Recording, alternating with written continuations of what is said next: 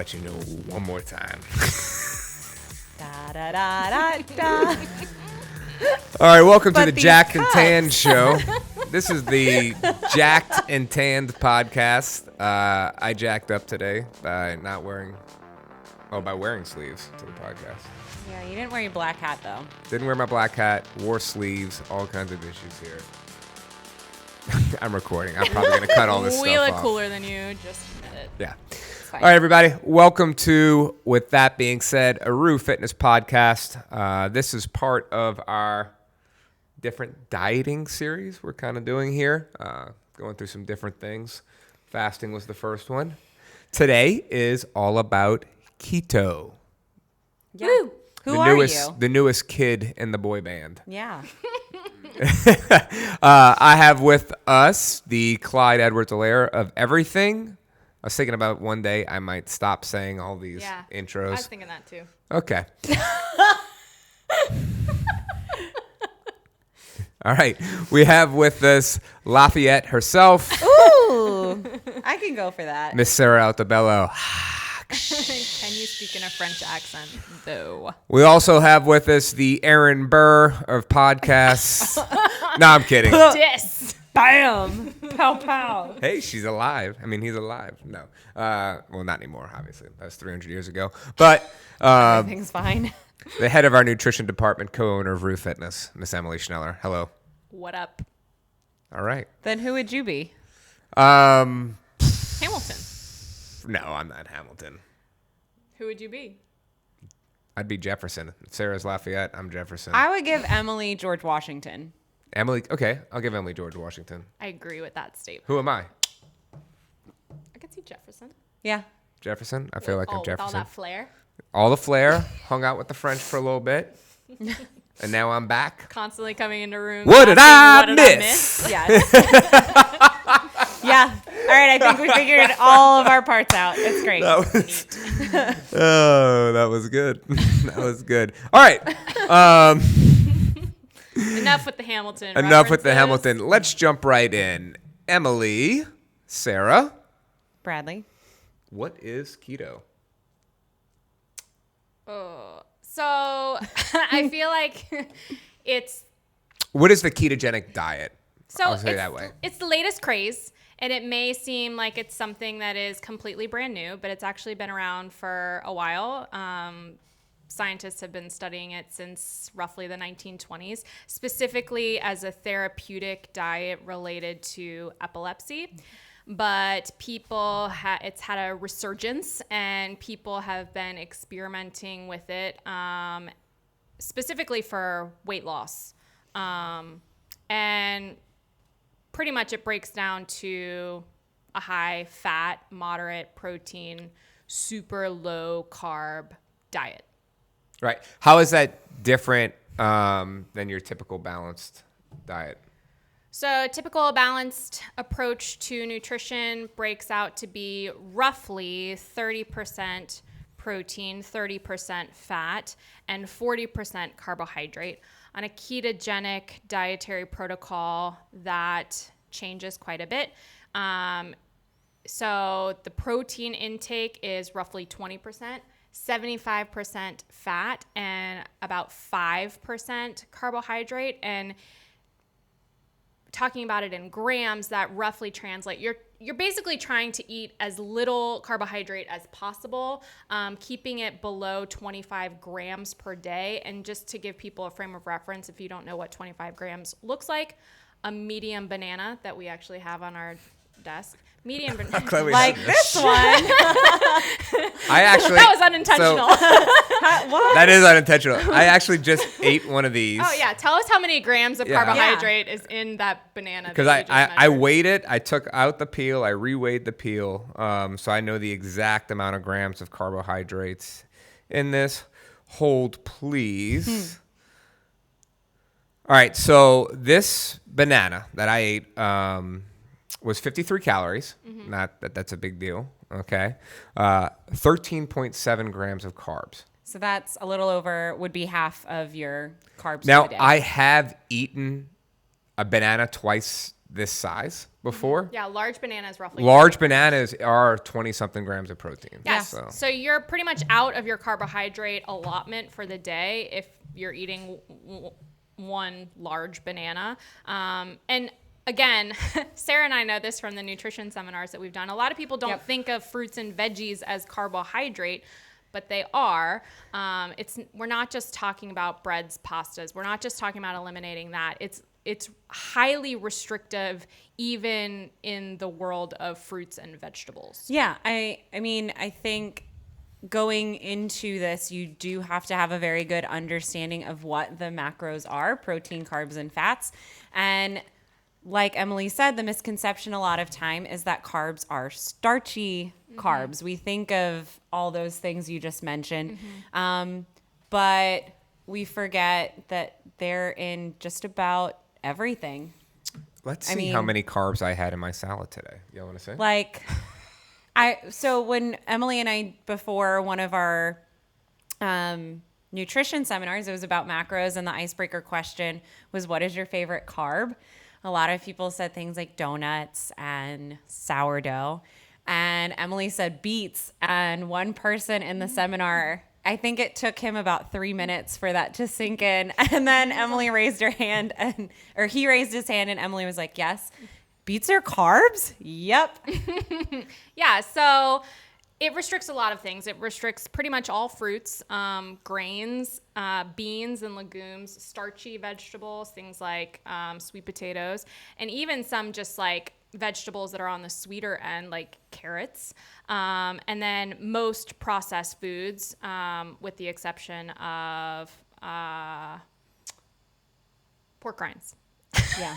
You're probably getting, what is it, a lot of leafy greens? Yeah, a lot of leafy greens. But it's also moderate protein. I think a lot of times people think that they can just eat all the steak and cheese and butter that they want. But you actually have to control the amount of protein that you're getting as well, because protein and carbohydrate convert to glucose in the body, and you're trying to not have that happen as much as possible. Yeah, so for the record out there, low carb diet is not keto.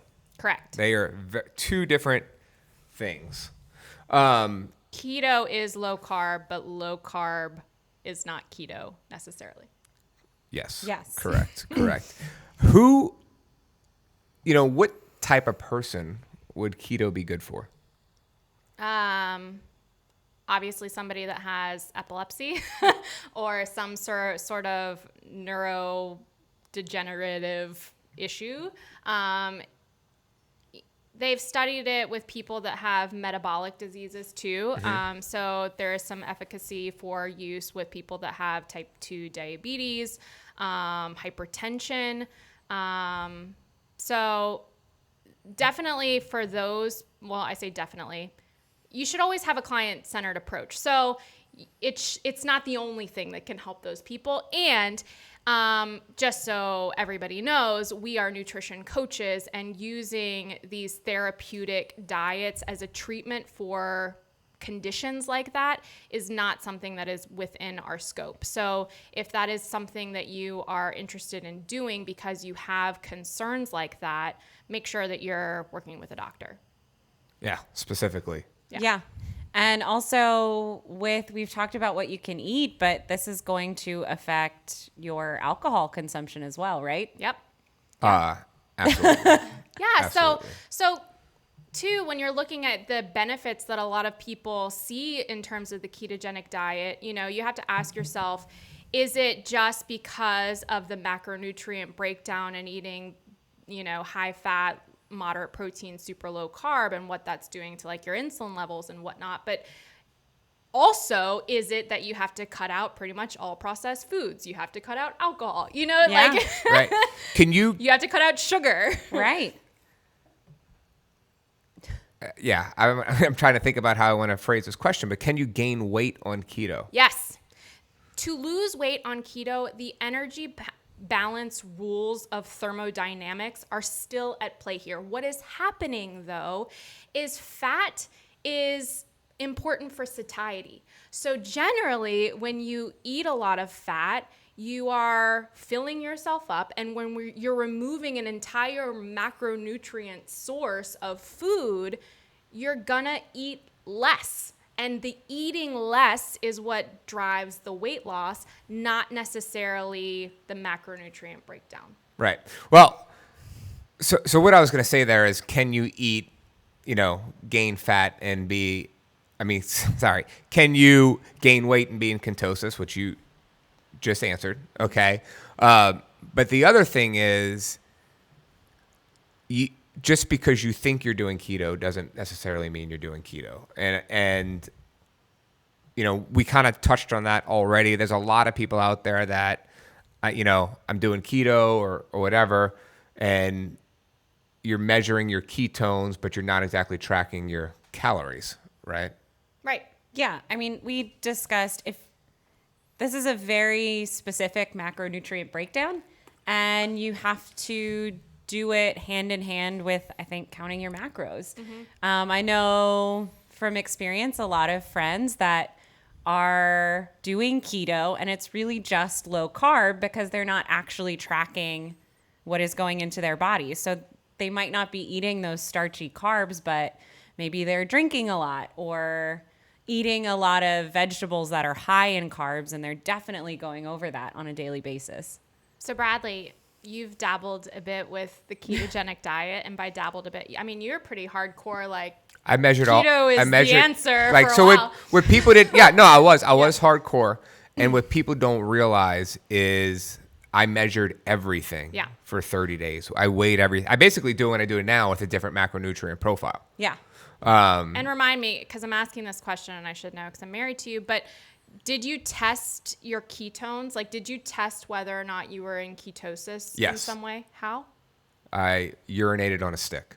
Yeah, so that is not the best way to measure your ketones. No, I thought it was very unreliable. Yeah, so what's happening there is, yes, it can identify whether or not you're in ketosis because ketones are released in your breath and in your urine, but it's not the most reliable way to see if you're in ketosis because the dilution of your urine can change depending on your water intake. So ketone strips, save your money, not the best way to see if you're in ketosis. The best way is to test your blood, but kind of a way to know if you're in the right frame of reference is by your breath. Yeah, your breath stinks. So a lot of people think that, it's an abnormal stinky breath. It's like very metallic almost. So yeah, that's kind of just a way to determine if you're in ketosis too. Pay attention to how your breath smells. Why do you think this has become so popular recently? I have a theory. Yeah, let's hear it. Let's hear it. So I've talked about this before, like dieting the quote unquote unsexy way, like eating a balanced diet and, controlling portion sizes and talking about habits. It's not sexy. It's not a magic pill. It takes work and it doesn't sell books. Right. Yeah. So what seems to happen in diet culture, like we talked about this in the beginning, ketosis isn't new. It's not this brand new phenomenon, but influencers and authors latch on to something that's a new approach, and it's a way to sell books. And I guarantee you in 10 years, we'll be talking about something else. Yeah. And this sounds really weird, but I feel, and maybe it's because of social media, but like as a kid, like people didn't talk about avocados and bacon the way they do now. Like there's been some that was terrible when we were growing up. Yeah, there's been this like, you see cute little avocado, like they give them faces and they put them on. That wasn't around when I was a kid. Right. And now it's everywhere. And like you can have a diet where you eat these things and you can kind of brag and boast about it. And it kind of goes in with popular culture and what people think is cool. Yeah, I think that's a big thing. You talk about influencers, right? And I was listening to a podcast today, and it was actually a political podcast. And the host had a guest on, and they're talking about what they did on quarantine. And he's like, oh, I went low carb, dabbled in a little keto, lost, some weight, blah, blah, blah, blah. But then he starts talking like he is an authority on dieting. Right. And I was just thinking about it. And I'm like, if I didn't do what I did in terms of my nutrition course and be with y'all and all this other stuff, how easily it is for someone with no maybe dietary or nutrition knowledge to just fall into that and be like, well, he did it. That's what I need to do. Yeah. And we're not saying that it doesn't work or it couldn't work. As coaches, I am always like thinking about the client and what their lifestyle is like and whether or not something is going to be sustainable for them. Yes. But if somebody walks into my door, into my office and says, I hope they're not walking into my door. That would hurt. If they're walking into my office and saying, I'm going to do keto, can you help me? I'm going to say yes. I'm going to help them do it the right way. I'm going to help them understand what's happening. Why they want to do keto? And help them, Right. Same if somebody that was vegan walked into my door and said, this is how I eat. Like, let's do it the right way, you Right. know? So anyway. Let's talk about some of the biggest differences. And like we said, we're not trying to demonize keto here. No. Okay. It has very useful things. Why do we approach nutrition with more of a well-balanced approach?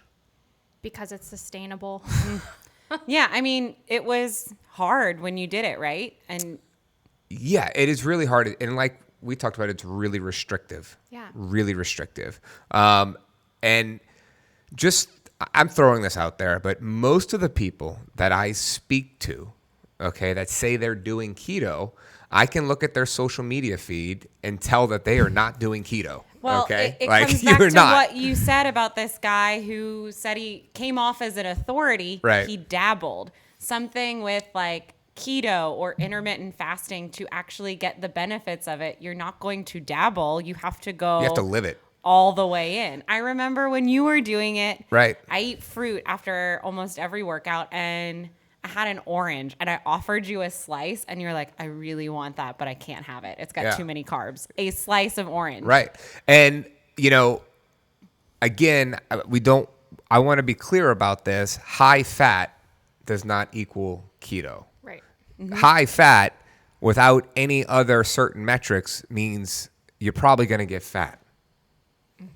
I mean, I'm going to put it real blunt, all right? Because I have done paleo. I've done keto. I've probably done some other shit that I can't recall.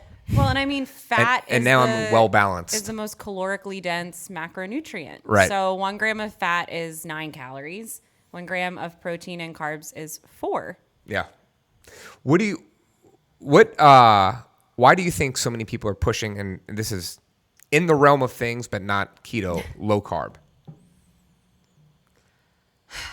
Again, I think it's this like diet, like trendy diet wheel that we're in. Like when we were growing up, fat was the demonized macronutrient, and now it's carbs. And, depending on who you talk to, protein is completely demonized. Or a banana. I mean, growing up, Atkins was the big thing, and that was low carb. Yeah. So, and I want to throw this out there because it's very like, dieting is so hard. Nutrition is so hard. It doesn't have to be, but when you start talking about maybe the data behind it, right? For every study, there's another study saying the exact opposite. And I can't tell you how many podcasts I've listened to, how much information I've read that has contradictory information on both sides, okay? You had an Instagram post a week ago, I think, where it showed what you were eating, which might have been some bread or rice cake. I don't remember what it was. It was a bagel. Oh, yeah, toast. It was Yeah, toast. y'all had like an egg scramble because Yeah. you both posted about it. Right. And you said about how you spent so much time either demonizing or think grains were demonized, and now you're eating grains quite often. And I'm the leanest I've ever been. And you're the leanest. And I'm going to get to that. But tell me kind of like, what made the switch in your head to think it was okay? Not living my life in an echo chamber. So when we first started CrossFit, you like start following all of the CrossFit people and all the CrossFit influencers and all the paleo people, and you listen to all of those things, and it's like, whoa, grains are scary. There's lectins and stuff that's going to cause leaky gut syndrome, and this is terrible for my health. And then I came out of that and I took an evidence-based course and realized that yes, grains have lectins, and yes, some people don't tolerate them well, and this is why, and they can cause leaky gut syndrome.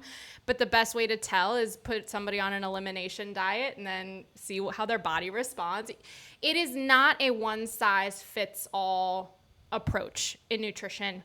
Ever. Yeah, So what you guys don't know is before we started recording, I was asking, we were doing some prep work for the show, and I was asking Emily and Sarah questions about keto. Like, I'm going to, let's talk about this, let's talk about this. And their response to every single question was, it depends. Is keto healthy? It depends. Yeah. Can keto help reverse diabetes? It depends. Can I lose weight? It depends. All those things. But almost it depends is possibly the answer for almost every single diet. Yes. So I just want to be clear with that. Oh, yeah. I mean, And it depends too, not just from a scientific perspective, but from the person's life and what they are able to do and what they like doing, and what, like people ask me about like protein supplements, and they're like, I have this really like clean one. They're using the word. I have this really clean one. That's the new buzzword. Everybody says clean. But I don't like the way that it tastes. I'm like, you won't take that protein supplement. You know what I mean? So not only does it depend on like the science, it depends. We're talking about the science, but also every person is different. They're bio-identical, so I think a lot of people when they come in for their nutrition consultation are shocked with how many non-nutrition questions, or I say non-nutrition in what they deem right come up. Like asking them how they grocery shop. Do you go in with a plan? Do you go by yourself? How do you eat your food? Kind of what are your preferences? What is your stress level like? Or even like the dynamic in their home, and what, how does your spouse eat? And asking like, how much do you feel like the things in your environment support you? Right. All of these things that they don't think add up to nutrition, but to us, it all gives us pieces of the puzzle.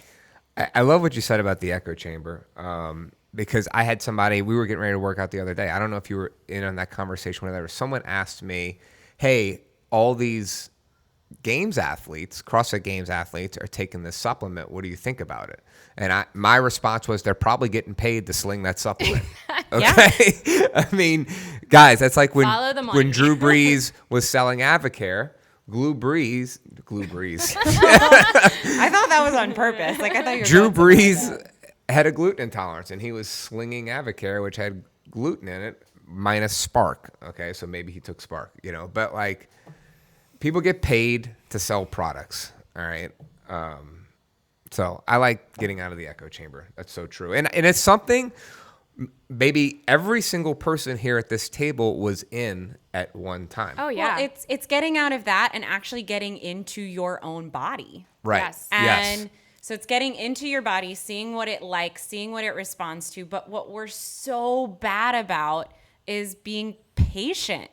Like we start to follow a like eating protocol that someone on Instagram is following, and in a week we don't see the results we want, and so we just give up. Or we see the results we want, but we feel miserable and we don't collect enough data and look at it like we're just in it, and it's so emotional, and we have trouble stepping back and looking at it from a black and white perspective.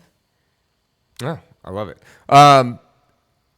So Emily, tell me kind of about your experience with changing your macro profile and what that's kind of done to your body. I mean, it made me realize how naturally, I say naturally, but it was years of being in an echo chamber, I think, that led to this. Like relatively low carb I was, we were eating things like chicken thighs exclusively, and the things that I have eaten have definitely changed because I'm seeking out that more balanced macronutrient profile. And I think it has led to better performance in the gym. Like, I record all my PRs and stuff, and I'm not sleeping very well right now, and yet I have pretty decent energy. Yeah, you do. So yeah.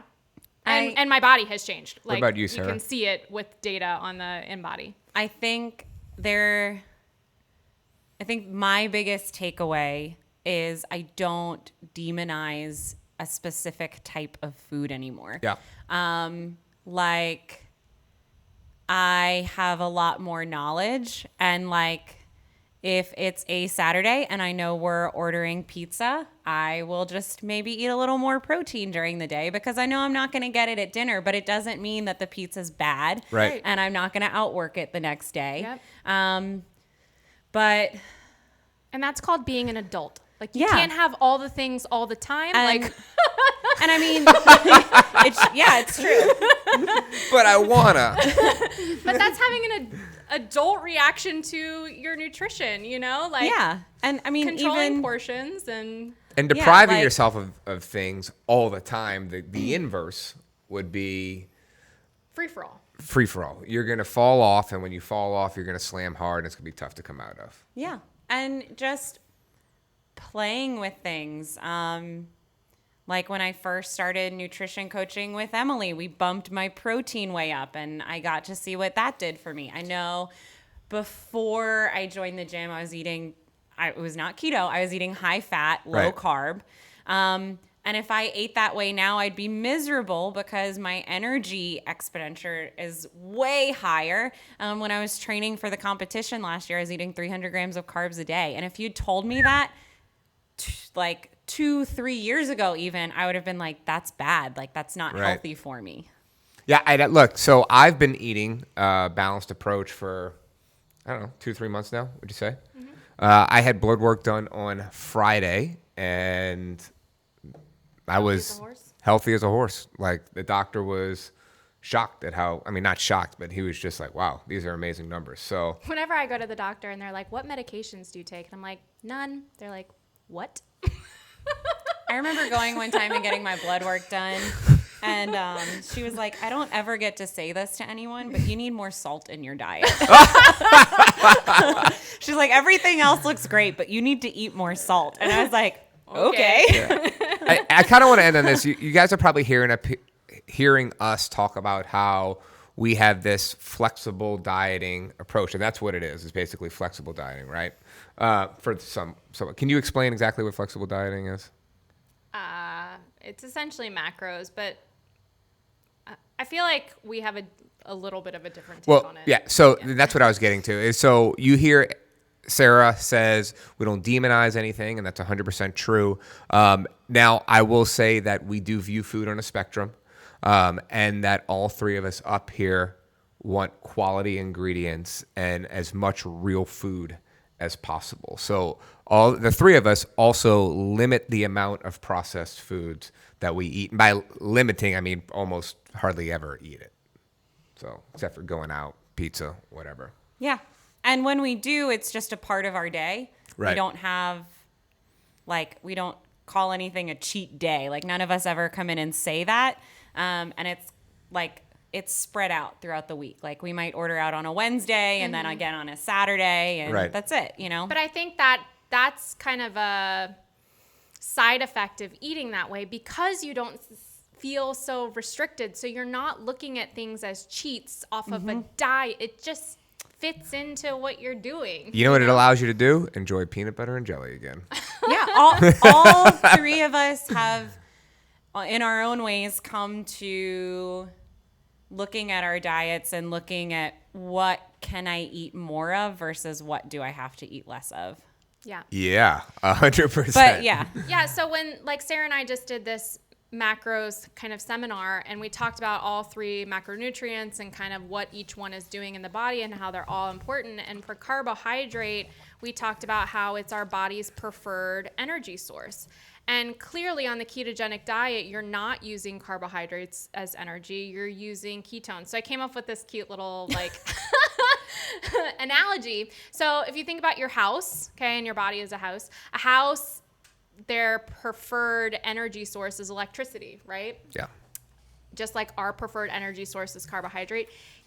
When you're on a ketogenic diet, it's like your body's backup generator, right? So the That's exactly what it is, carbohydrates right. aren't coming in, so it flips a switch, and instead of burning carbs as fuel, it burns ketone bodies produced by the liver as fuel. So bodies are just neat. You're so creative.